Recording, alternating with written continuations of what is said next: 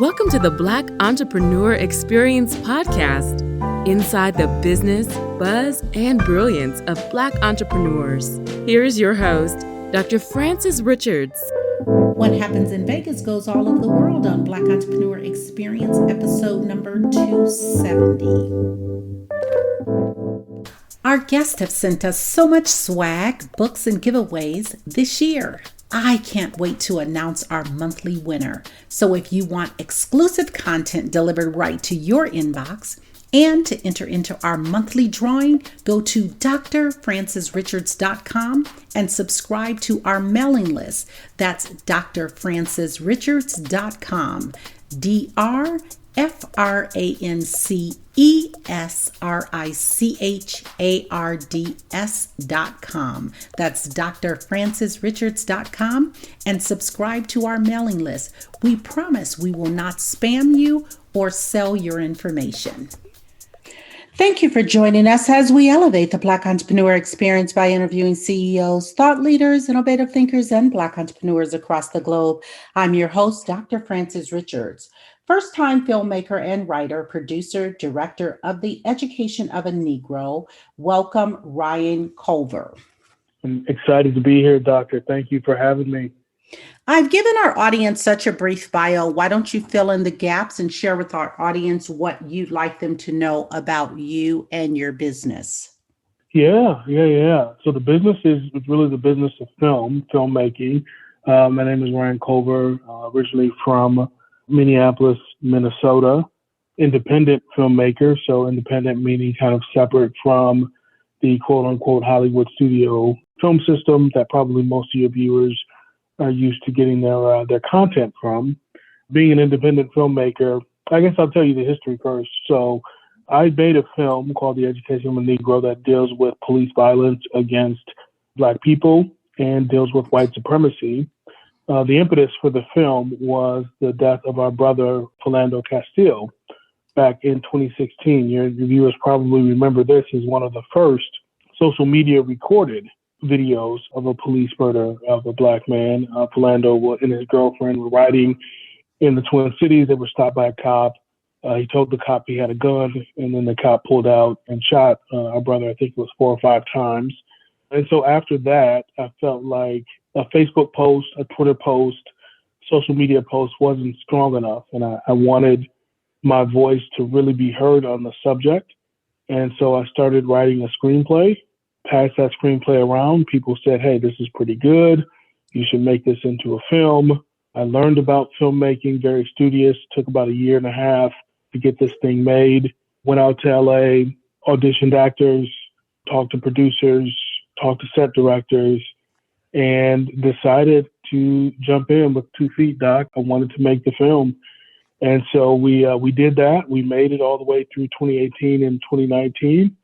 And then we're able to release it on Apple TV and Amazon Prime earlier, actually late in 2020 is when we were able to release it. So did all the financing ourselves, did all the marketing ourselves, and really were able to bring this thing to market, ourselves without the help of the traditional Hollywood studio system, which is something that we're very proud of. So what's next on the horizon for you? We're working on a couple screenplays right now. I actually had a couple good meetings earlier this week with some financiers. I can't tell you who just yet, but the way we think about it is, hey, we did this thing. People like the film. Now let's try to step up, if you will, right? Let's try to move up a grade. Let's try to move up a level and do something bigger and better. And we're working on that now. So that's usually the path that most people take. You put something out, and if the people like it, they kind of tell you with their, with their eyeballs that they like it and that they would like to see more. And that's kind of the feedback we're getting from the first film. So we're jumping into this one, and again, going through the financing phase, trying to put together some capital to get this next film made. So, talk about your background and how did you come into filmmaking? Yeah, so that's a very good question, Doc. I actually have a business background. So I started in various companies within corporate America, quote unquote corporate America, back in 2005. and didn't come to filmmaking until 2016. But I tell people all the time, the discipline, the financial acumen, the business acumen, the marketing, the strategy, all of the components of that make a good businessman, a good businesswoman, ultimately helped me become a much, much better filmmaker. In fact, dealing with some of the financiers we're dealing with on the second project, they just continue to note, hey, you don't sound like a filmmaker. And I tell them, no, I'm not. And they're like, oh, that's why. You sound like a businessman. You don't sound like a filmmaker. So I tell people all the time, I think my, 15 years in business have actually been a much, a help. That actually helped me as a filmmaker, not just in the business side of filmmaking, but in terms of learning how to run a set, learning how to talk to people. Businessmen and women are pretty good at getting kind of what they want out of the teams that they put together. And a film set is nothing more than just a team of people who are coming together for this one common goal. And so I tell people all the time, I don't have any formal film training background. I didn't go to film school. I had never worked on a film set before I put together the Education of a Negro. But it was really, I think, my strong background in business that allowed me to cross over so effortlessly and begin to make moves in the filmmaking and the entertainment space. What can we do right now to support Ryan? Oh, easy. That's an easy one. Go to, Apple TV if you've got it, or Amazon Prime, YouTube, Google, any of those options. Type in The Education of a Negro and purchase the movie. I promise your audience, if they watch the movie, I think they're going to like it, particularly given the climate that we're in now and that we've really been in for the last 8 years now in terms of, our fight with, over policing and, all the police violence that's going on. The film really deals with it, but it deals with it in a very entertaining and most importantly, an educational way, so that after you come away from watching that film for 2 hours, it's not an empty watch. You're really going to be thinking for days and probably weeks about what you saw, what it means, and what the impact is to your life and to your community on, that film and the things you take away from that film. So I would love nothing more than your audience to hear this and go out and watch that film. Now, are you doing filmmaking full time? No, ma'am. Still work. I mean, that would ultimately be the goal. And so, like I said, with this next project, we're trying to get a bigger budget. With bigger budget comes a little bit more responsibility, but hopefully, some actors that you've heard of and a little bit bigger profile for me. And, hopefully after this next one, I can move into a full-time filmmaking role. So who is Ryan Culver and what matters to him? That is a really good question.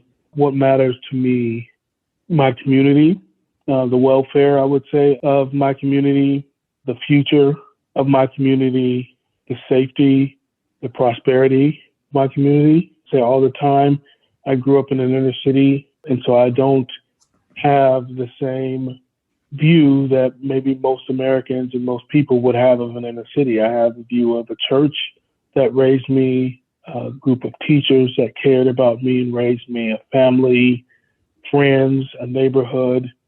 And so when you ask me kind of what are the things I care about, it would be now that I'm in a different position, it's those things and making sure those things are there for others, making sure, like I said, that community is safe, that community feels like they have the opportunity, like all other Americans, to prosper. And again, just the overall general welfare of that community. And that's kind of where I spend a lot of my time thinking about in terms of my projects and how can I have an impact on those things, a small impact, if you will, but an impact nonetheless. And how can I make those things better and bring those things to fruition, I would say. Talk about using the word Negro and why. Yeah. So there was a book, I'm sure you've heard of it, The Miseducation of a Negro, 1933, by our brother, Dr. Carter G. Woodson. I read the book every year, probably one of the top 5 books I've ever read. And in the book, Dr. Woodson this is 1933 now. So Dr. Woodson is just really prescribing for African Americans, right? Like coming from slavery and still in Jim Crow in 1933, kind of in the throes of Jim Crow, what we need to do to get out of this: education, business, church, community. I mean, everything. He goes through that in great detail. And I found it prescient. I was reading that book and I'm like, my goodness, this is like 1933. And he's saying all of these things about educating your own children, how to build strong churches, how to build community institutions, how important all of these things are going to be, particularly as a minority group, not just skin-wise, but numbers-wise. And when I went to write the screenplay, I thought, all right, there's no better homage to that book. There's no better homage to the doctor than to, name my film. I didn't name it The Miseducation of the Negro. Obviously, I can't do that, but it was definitely a play on the title of that book. So I know a lot of people are kind of taken aback. Some people kind of get it. They've read the book and they make the connection. But I do get that question from time to time, like, hey, man, I haven't heard the word Negro in a long time. Why did you put that in the book? Or why'd you put that name in the movie that? And then I tell them. And then sometimes I'll go and read the book and come back to me a couple months later and say, oh, I get it. Like there was, it's along the same lines of you're helping to educate people in 2018, 2019, 2020, 21. Hey, guys, we're facing this threat. Here are some things that maybe we could think about doing to address this as a people going forward. Advice you wish you had followed? So many pieces of advice from my father that, as a young buck, 17, 18, 19, you don't listen to. I won't get into it too much. I will say that I probably could have listened more in terms of where I had some really good opportunities coming out of high school. I didn't necessarily want to take them. My father was probably had a little more foresight than I did. And if I could go back, I'd probably listen to him a little bit more on, some of the choices I had in terms of what I could do after I graduated high school. I'll just leave it at that. I know that's not a good answer for your audience, but, overall, listen to if you have a father and you trust your father, as a young man, it's probably a good idea to listen to your father because he knows more than you do. What problem exists in the world today that you would like to solve? Anti-Black racism. Yeah, anti-Black racism. I think most people underestimate the weight and the impact that not only individuals, but our country has put on Black American shoulders, and the things that, again, not just individuals burning crosses, hanging people, lynchings, but redlining, Social Security Act of 1938, where Blacks were purposely excluded. Land grants, again, where Blacks were purposely excluded. I mean, there's just been so many things that have been done to Black people. And when people just look at our condition today, they tend to think, oh, why don't you just fix it? And it's like, hey, man, there's no other group that has had the weight of America negatively put on their shoulders with these things time after time, generation after generation.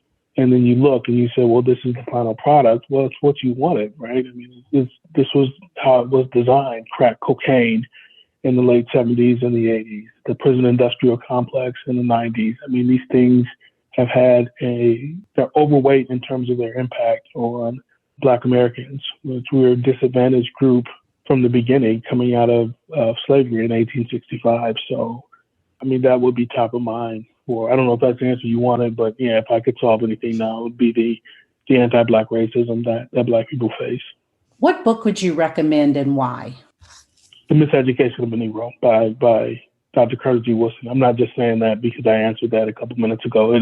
That's the book I tell a lot of people to read. And the why is because, again, and they'll, if they take the advice and read it, they'll see pretty quickly that the guy was pretty prescient in 1933 in terms of saying, you need to take control. You, Black people, need to take control of these things right now to set yourself up for success. Otherwise, you're going to stay in this revolving door. And we're kind of in that revolving door right now. One of the big things was the education of your own children. That has to come from a community. Letting other people educate your children is not a good thing, which he advises time and again in the book. Our religious structure, our churches, our community organizations. It's just so much good stuff. Businesses, so much good stuff in there that I think when people read that and then they say, when was this written? You say 1933, and they say, wow, this guy was really, really spot on. So that would be my recommendation to your audience, The Miseducation of a Negro by Dr. Carter G. Woodson. Talk about business continuity. What is your highest risk as a business owner? Yeah, the business cycle for a film is 18 to 24 months. And by that, I mean you finance a lot up front, right? So you have to, the bulk of your cost structure, if you will, on a film. Let's just take a film as a standalone thing. So the bulk of your cost structure as a film is going to be up front. And then you're not going to see any return, start to see any return until about 18 to 24 months later on an independent project. And then even when you see that return, it's going to be a trickle, right? So it's not like a car sale. It's not like a builder who may build a big building and it takes them 24 months to build a big building. Let's say they build a building for $500,000. They build it, they put up $500,000 CapEx at the beginning, 24 months goes by, and then they sell it to a company for $1 million. That's not how film works. Film works, you put up, let's say you put up $500,000 to make a film, and then you release it, and then, people buy tickets 1 by 1, 2 by 2, 3 by 3. People buy DVDs or Blu-ray 1 by 1, 2 by 2, so on and so forth. So your revenue trickles in. Now, the difference is you got a longer tail on the back end, right? I mean, this film will be out there. My first film, The Educational Negro, will be out there selling DVDs in 2030, right? And will still be on Amazon if they're out there, or Apple TV or whatever, and people will still be renting it. So you got a longer tail in terms of the time you have to gather revenue, but it's a much, it trickles in. So like that's the biggest thing you'll see in film. There's some other industries that are like that, but for the most part, like if you're making a bottle of soda, or let's say there's an entrepreneur out there who does candle making, right? And it can cost her or him $2 to make a candle, in their kitchen or their garage or whatever. And then they sell that candle for $7. I mean, that's 2 weeks maybe that will go by in terms of the life cycle of their business for a candle, a product. And for film, you're talking again, 18 to 24 months. And that's really the biggest risk. And so when you're talking about like good producers of films, that's the biggest thing a good producer faces, right? Is we got this money we're going to put up front, and we have no idea. We think we know, but we have no idea what the next 18 to 24 months look like. And we've got to manage through that risk. And a good example, Doc, is just looking at COVID, right? So we know COVID hit and everything closed down about a year ago, maybe 13 months ago in March of 2020.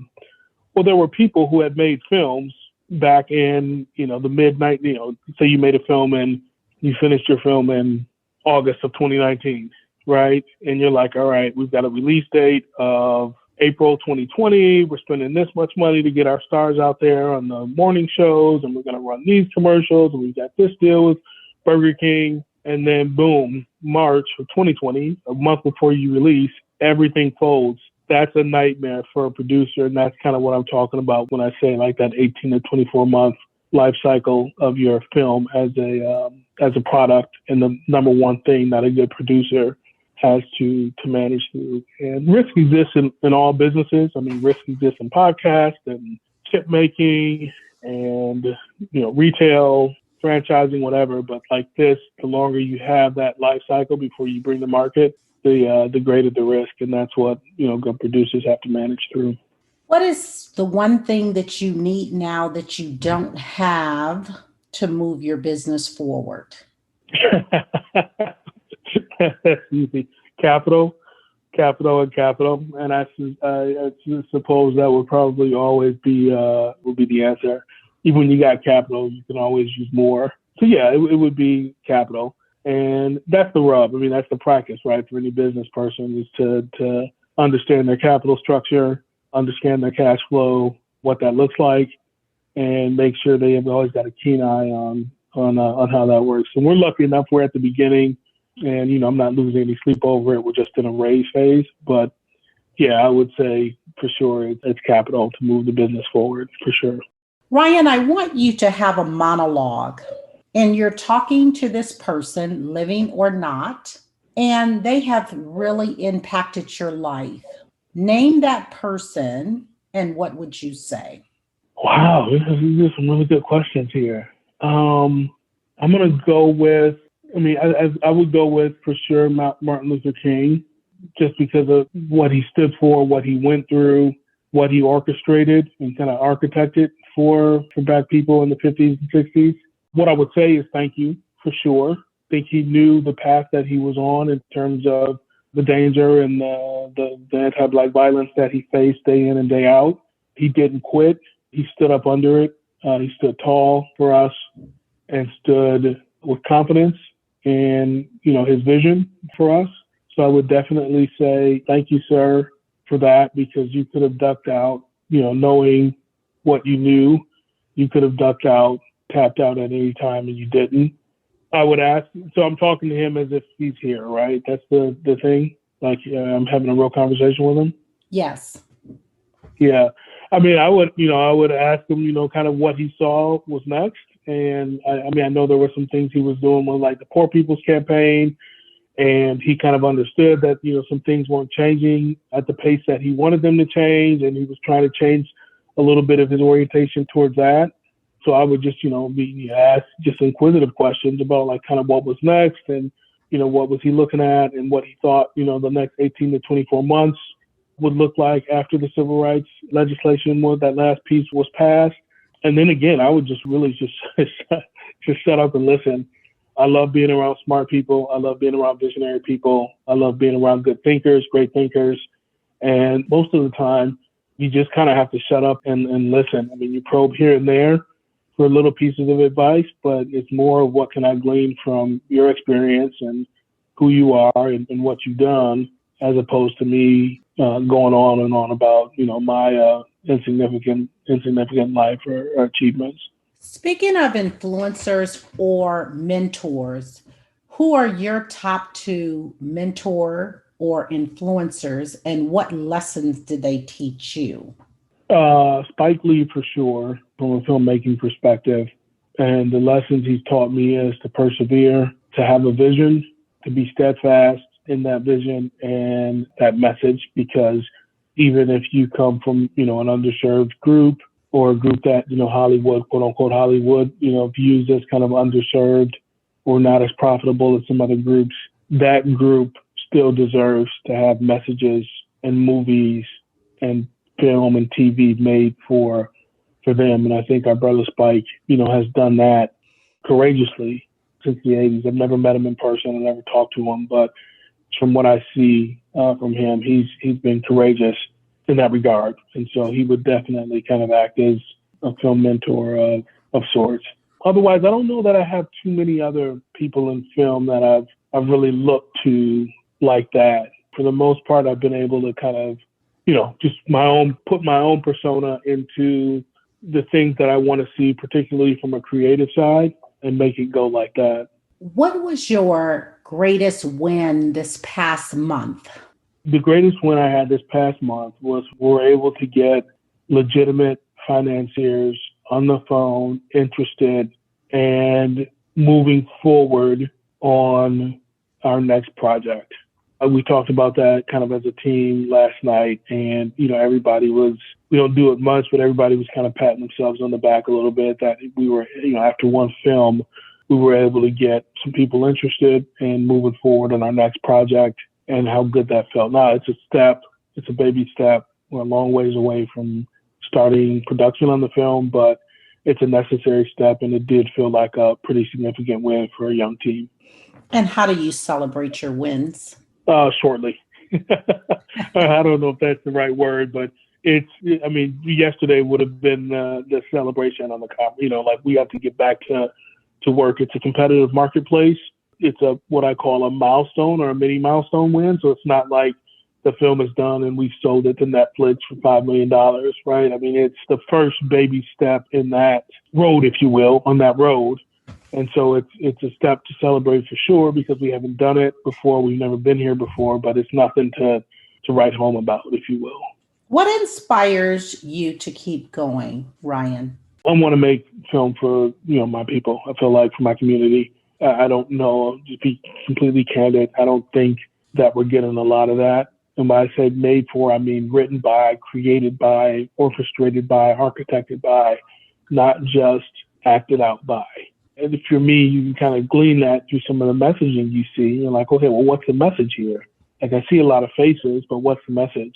And when I don't get that message, I realize, okay, this is probably not necessarily made for our community. And so I really like to make films on purpose for our community and be proud of that and not, feel like you've got to compromise on this or that because you want to get it made. Talk about your most memorable moment in life or business. Yeah, my most memorable moment in business was when we wrapped on the film and we showed it to the cast and crew and their family for the first time on the big screen. It was out in West Hollywood, probably 150 people there. We got a standing ovation at the end of that. It felt, to be honest, magical, fantastical. It just felt very good to see the culmination of all your hard work shown on a big 45, 50-foot screen. And then to kind of get that standing ovation at the end felt really, really good. And so I would definitely put that among the top of my professional accomplishments. Talk about legacy. When it's all said and done, how do you want to be remembered? As a guy who made films for, his community, right, and didn't compromise on that and wasn't worried about, how this message would be perceived and I've got to change this or change that. It was, this guy is making this film for us and there's no other ulterior motive. There's nothing, no agenda here. It's just a film for his community and he's proud of that. And if it's that, I don't know how long my career in filmmaking will be, or even if I'll have a career. But if I do, and that's on my headstone, I'd be very, very proud of that accomplishment. Ryan, someone's listening to this interview and they're saying, "I'd like to be a filmmaker. I thought about it." What advice would you give them? Be contemplative. Don't rush in. Fools rush in is an axiom of mine that I always like. A lot of times, people who are naturally inclined to want to make films are creative by nature, but not necessarily the most, disciplined because they don't come from those fields that require discipline. They don't come from engineering or from mathematics or from business. And so creative people are just prone to want to rush in. I would say avoid that instinct. Even if you're doing a low budget film at $50K, $100K, there's still a right way to do it and a wrong way to do it. And the right way to do it is step by step on purpose. So, even just starting with the script, starting with a table read, moving on to a second, third draft of the script, another table read, really getting to the point where your script feels really good, and then moving on to auditions, being very intentional about the actors at whatever level you're playing at, but the actors you cast, because those are your teammates, essentially for the duration of the film. If you're doing a low budget film, being very, very contemplative about the monies that are being spent, where they're being spent, why they're being spent. And if you're listening to me right now and you're like, hey, I'm not that person, I'm just super creative, then it's imperative you get a producing partner who is that person, who can play that role for you. Otherwise, it's going to be a disaster. Because you've got, however good you are as a creative, there is a business aspect, a strong, very prevalent business aspect to filmmaking at any level. And if you're going to do business as an entrepreneur, you better be a good business person. You better have some business acumen or have some talents or some skills that lend themselves to being a good business person. Otherwise, you're going to get in trouble pretty quickly. So that would be my advice. What is the best decision you've made as a leader? So I think the best decisions I made were really being very intentional, to bring it back to the Educational Negro, being very intentional in the people that I casted on the project. A lot of times people will just settle for kind of the first things that come through the door because they're like, hey, I can't be too picky or I can't be this or that.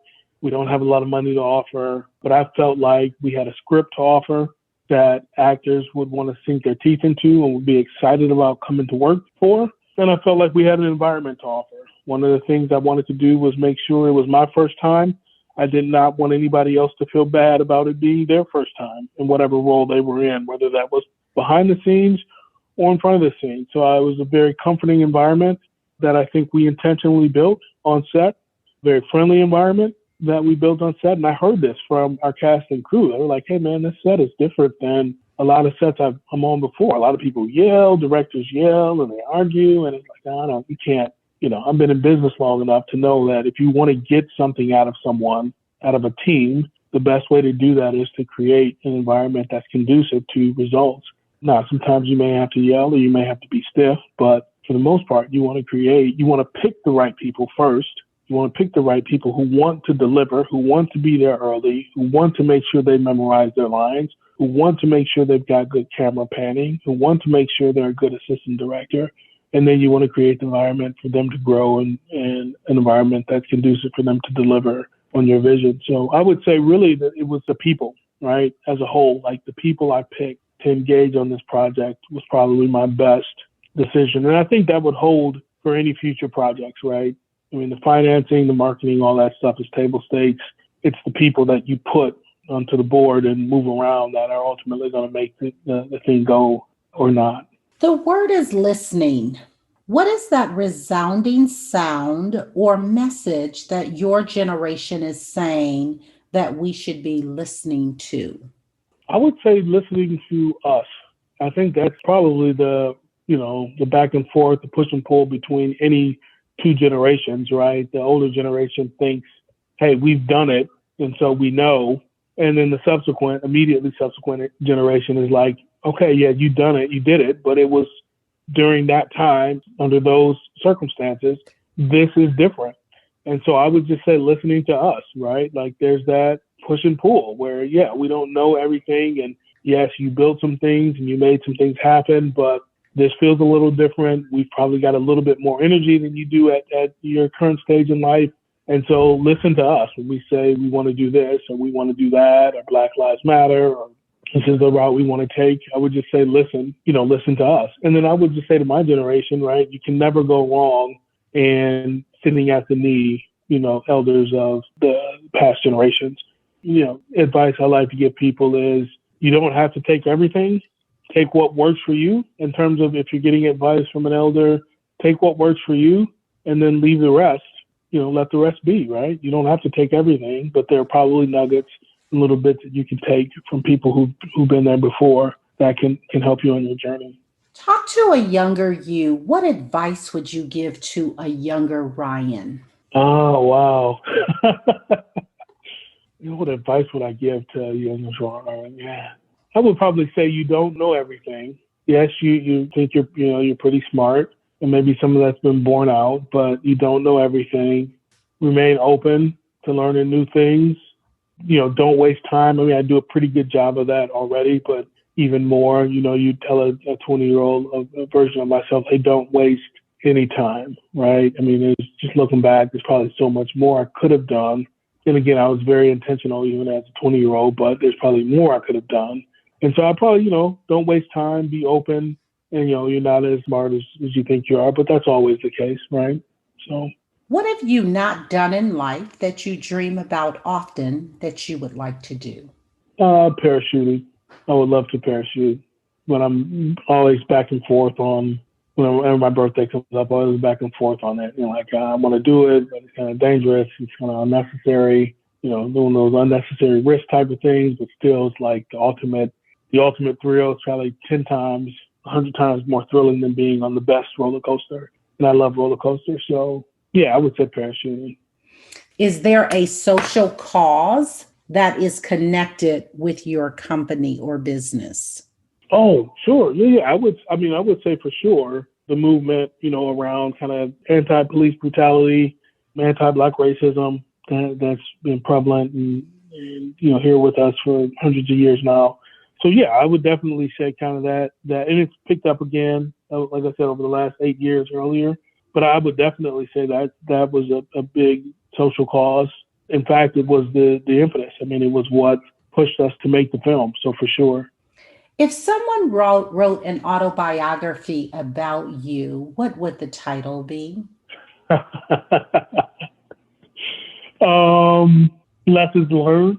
I think lessons learned would probably be what they would write, would title the book, Lessons Learned. Tell us what lesson was learned, Ryan. Oh, I mean, it'd be, hundreds and hundreds and hundreds. Probably, like I said, the biggest one is don't waste time. I mean, they would probably spend a lot of the book on that. Not only, my successes in that area, but some of my, my failures in that area, feeling like, oh, I could have done this. I could have been, I could have been 2 steps ahead or 5 years ahead if I would have just took a right instead of a left. So yeah, I think that would be the name of the book. Either lessons learned or like don't waste time is what they would probably get after spending a month with me on an autobiography. What is your best discovery? I would say, I mean, it sounds self-serving. I would say my screenplay writing ability. I was always a good creative writer. Even in college, my professors kind of noticed that, although I was on the business track. But I didn't know I had this talent to put together screenplays in kind of a natural order, to write dialogue for multiple characters in the way I do.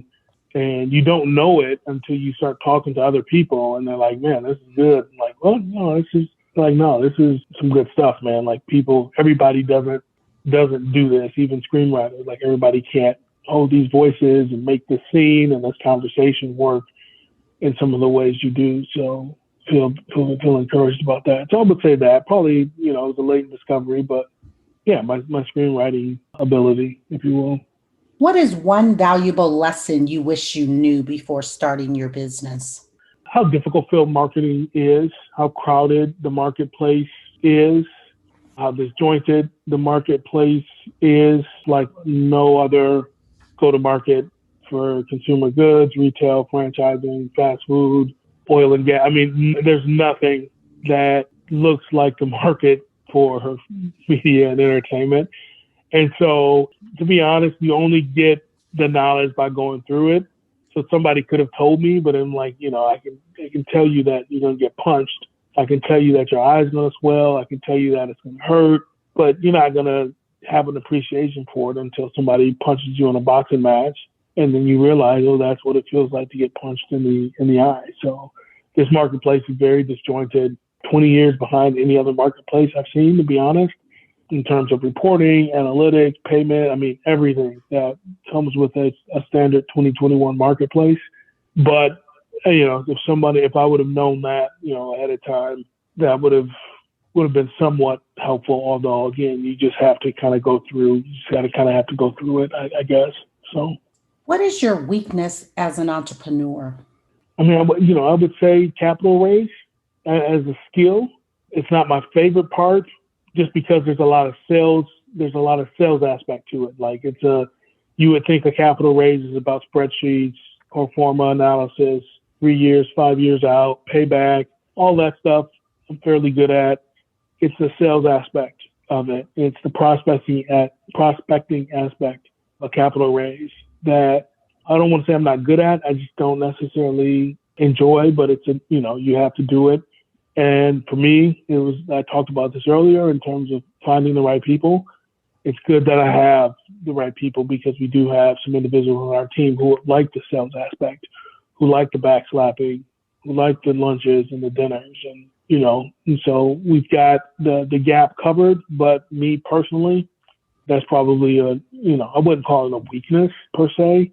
It's just something that I prefer.